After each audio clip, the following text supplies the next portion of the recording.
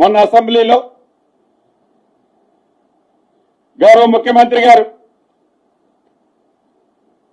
ఏ ఇల్టి policy అయితే, ఏ TDR policy అయితే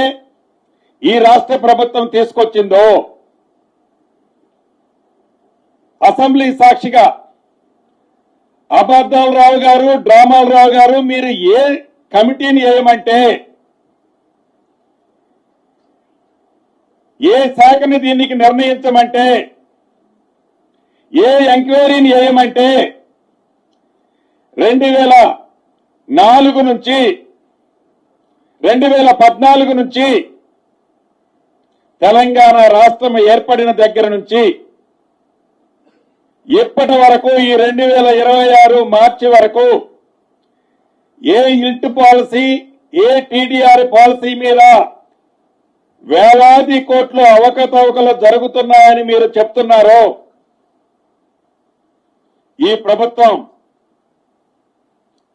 అటువంటి ఎంక్వైరీ వేయడానికి సిద్ధంగా ఉందని గౌరవ ముఖ్యమంత్రి గారు ప్రకటిస్తే తోక ముడుచుకొని అసెంబ్లీ నుంచి పరారైన పరిస్థితి మనం ప్రత్యక్షంగా చూశాం.